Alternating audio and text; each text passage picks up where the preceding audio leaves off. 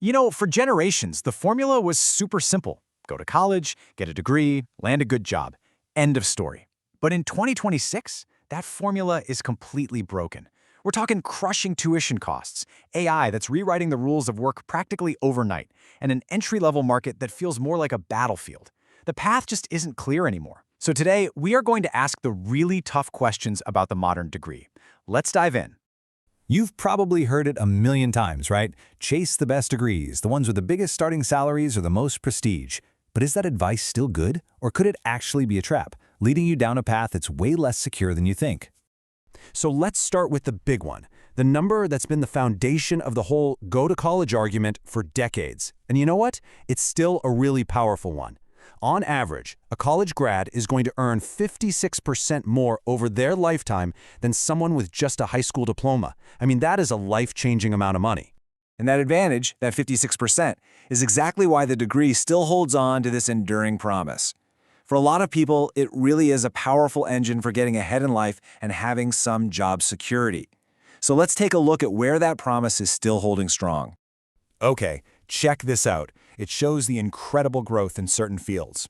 In a world that is just obsessed with data, it is absolutely no surprise that the demand for statisticians is just exploding. We're talking a projected 35% growth. To put that in perspective, the average for all other jobs is just 5%. That's 7 times the average? In a case like this, a degree isn't just a piece of paper. It's basically a golden ticket into a booming industry. And it's not just about finding a job, it's about keeping one. I mean, look at these unemployment rates for recent grads. Nursing at 1.42%, civil engineering at just over 1%. These fields are like the backbone of our society, and a degree in them is about as close to a guarantee of a job as you can possibly get. This right here is the college dream in action. But, and this is a big but, as we're about to see, for a whole lot of people, that dream is turning into a total nightmare. Now it's time to flip the coin over, because while some degrees are a sure bet, others, they're a massive gamble. And that brings us to this super important idea, return on investment, or ROI. The simple financial math of a college degree, it's not so simple anymore. This is the hope, right? This is what every student has in their head. Just like Ace here, you see the degree as this huge investment of time and money, but you're banking on it paying for itself by opening doors to better jobs and higher pay. But for some majors, that return, it just never comes. Take a look at this number. This is the projected lifetime ROI for a degree in education. Yes, that is a negative number. Let that sink in for a second. After paying for tuition and missing out on 4 years of income, the average education major could end up almost $150,000 poorer over their career than if they had just skipped college altogether. And if you thought that was bad, get a load of this. A dance major would need 151 years to pay off their degree. You heard that right. It's just a brutal equation. Low wages plus sky-high tuition equals a debt trap that's basically impossible to escape. So the ROI can be a massive problem. But even if you choose a degree with a decent financial return, there's this new threat looming in the shadows, the great automation inversion. AI is changing the entire game, and the careers we always thought were safe are now suddenly on the front lines. Think about the classic entry-level job. It was all about learning the ropes by doing the grunt work, right? But AI is now a master of all that intellectually mundane stuff. The data entry, the basic analysis, the simple reports, that very first rung on the career ladder, it's being automated away. Think about a major that was always seen as safe and stable, like accounting. For generations, that was a guaranteed path to a solid, middle-class life. But today, the core tasks of a junior accountant face a nearly 80% risk of being automated. The very definition of a safe degree has been flipped on its head. And this isn't just some hypothetical, far-off threat. The people who are actually on the front lines, the ones doing the hiring, they're already seeing it. A staggering 77% of executives expect AI to cause major disruptions to entry-level jobs. This isn't a future problem, it's a right-now problem. So we've covered bad ROI, and we've covered AI. The third and final challenge is what we're calling the saturation and mismatch trap. This is what happens when a field gets flooded with way too many graduates, or when the skills they're teaching you in college don't really line up with what the job market actually needs. So take criminal justice, for example.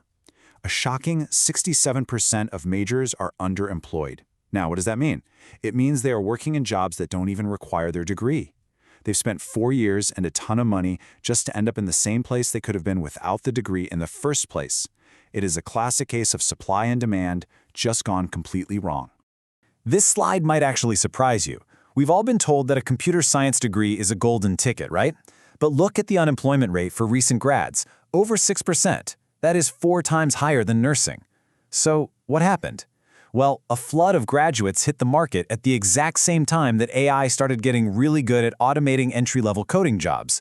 A perfect storm. And this problem is widespread. I mean, can you imagine spending 4 years studying biology only to find out that your bachelor's degree just isn't enough to get a high-paying job in your field? Well, that's the reality for over 42% of biology grads. Or what about general business? Over half of them end up in jobs that don't use their degree because, well, they're seen as too general in a world that is just screaming for specialists. Okay, so I know that all sounds pretty scary. The landscape is complex, it's full of risks, but it is not hopeless. The key is to be strategic. So let's talk about the playbook. Let's talk about how to navigate this new reality and make your degree valuable no matter what you decide to study. So, how do you actually future-proof your degree? The answer lies in what we call durable skills.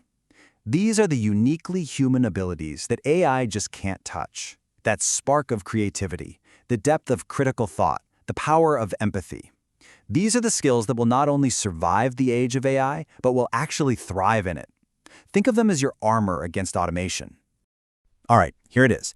Your playbook for the modern degree. Step 1, specialize and do it intelligently. Don't just be a business major who understands supply chain logistics for sustainable energy. Step 2, pair your passion with practical technical skills. If you love history, great. Learn data analysis and become a historian who can uncover new insights from old records. If you're an artist, learn how to use AI and 3D modeling to create new forms of art.